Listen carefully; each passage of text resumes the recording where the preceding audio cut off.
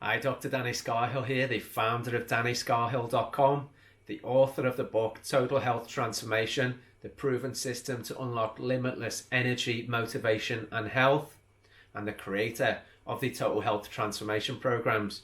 Welcome to this video series. This is part one on the video series, How to Eat on Purpose.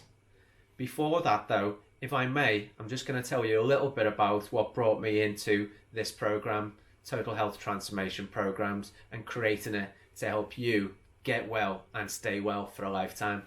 So I've been in the healing arts now for over 2 decades. Started out as a chiropractor and I still practice as a chiropractor, but the Total Health Transformation programs, they came about because I wanted to help more people around the world, not just in my local community.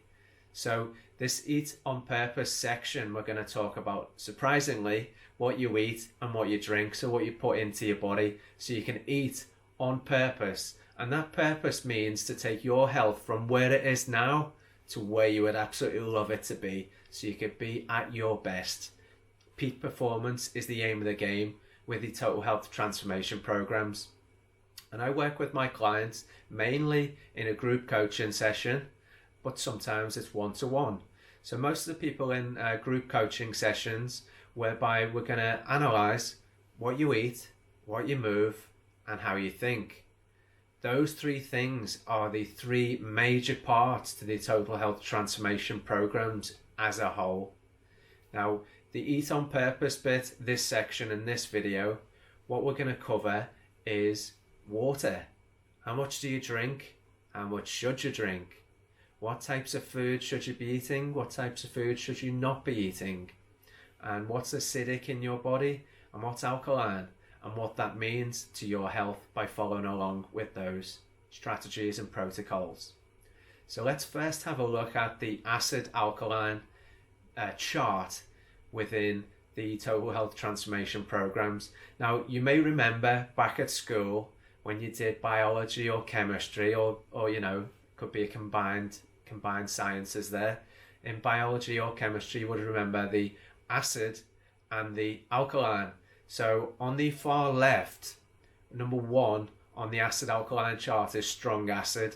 On the far right, number 14 on the acid base chart is strong alkaline. In the middle though is pH neutral, number 7. Slightly alkaline, the human body systems are supposed to be 7.34, give or take. You following so far? I know this might be a while since you've been in school, but this is acid alkaline 101 if you like.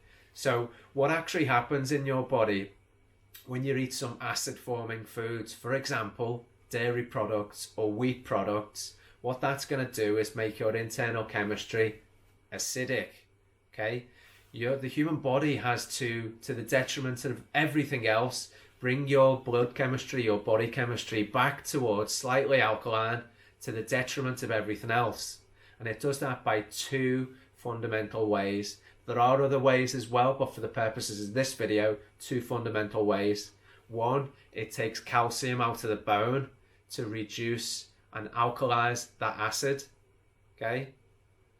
Number 2, it takes magnesium out of your tissues, out of muscles, out of blood vessels, and out of connective tissues. So taking calcium out of bone, in other words, would ultimately lead to osteoporosis or brittle bones. You've heard of people breaking bones easy when they get older. That's one of the things your body does to neutralize that acid, to bring it back into balance. The other thing it does is take magnesium out of muscles, out of blood vessels, and out of other connective tissues.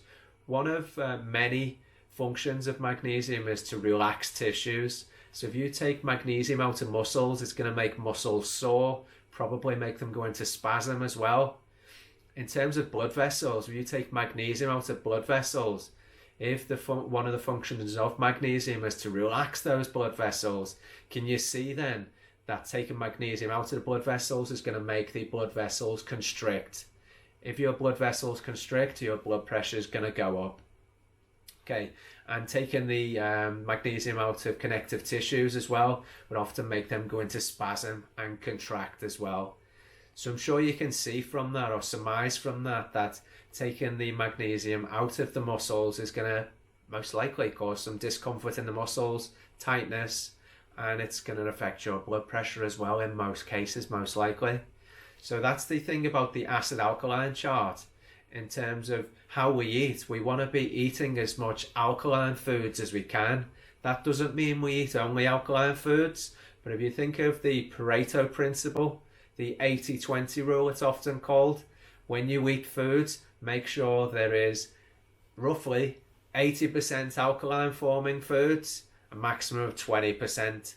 So 80-20. So what foods cause your body to break down into alkaline? Well, that would be dark green leafy vegetables, some of the fruits, the things that we instinctively know as human beings are healthy. A lot of them break down into alkaline and make your blood chemistry more alkaline.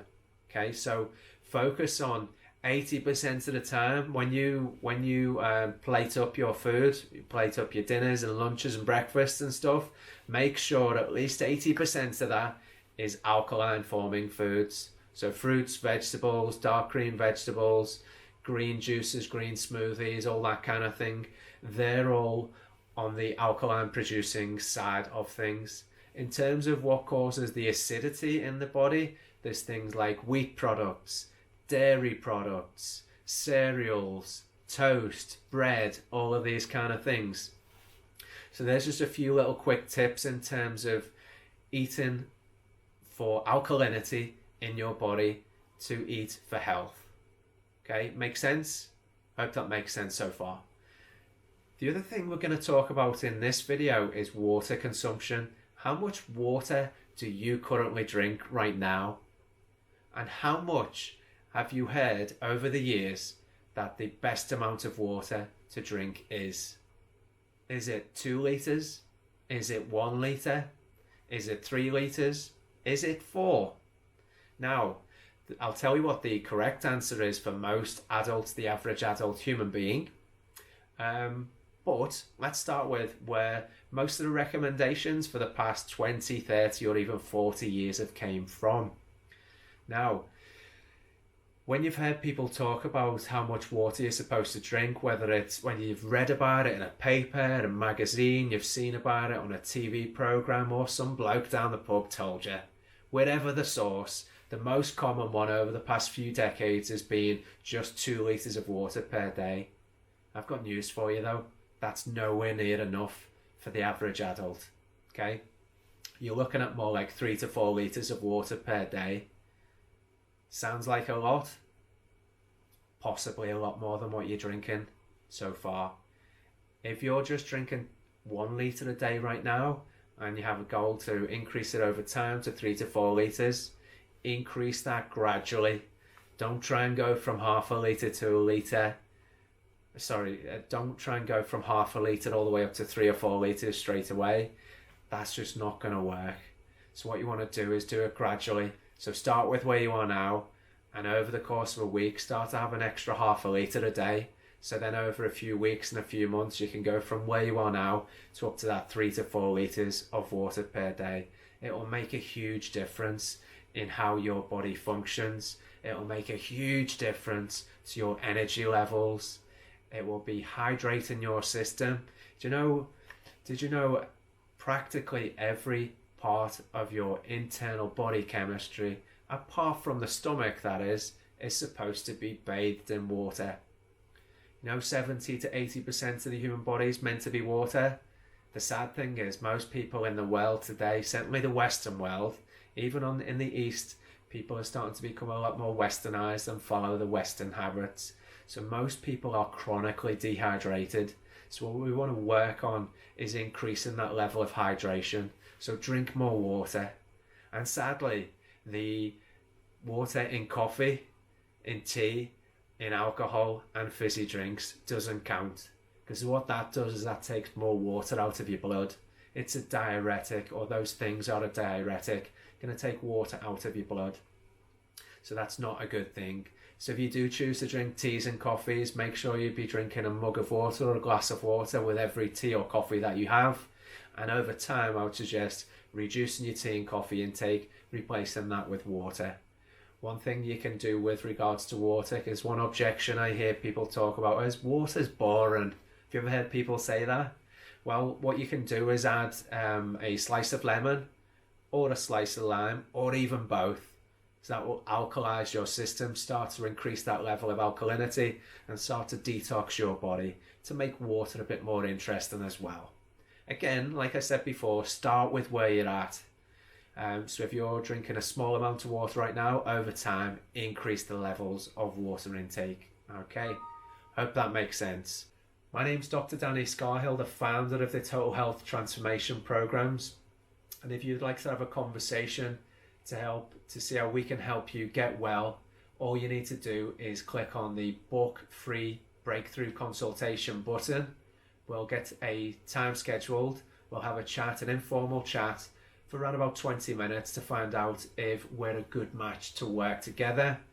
I can learn a bit more about yourself, find out what your biggest health challenges are, and then advise if we're the right people to help you on your journey to get from where you are to where you would love to get to. I'd love to have a conversation with you. It's very informal. We'll see what we can do to help you. So just click on the free breakthrough consultation button and we can have that chat and see what I can do to help you get well.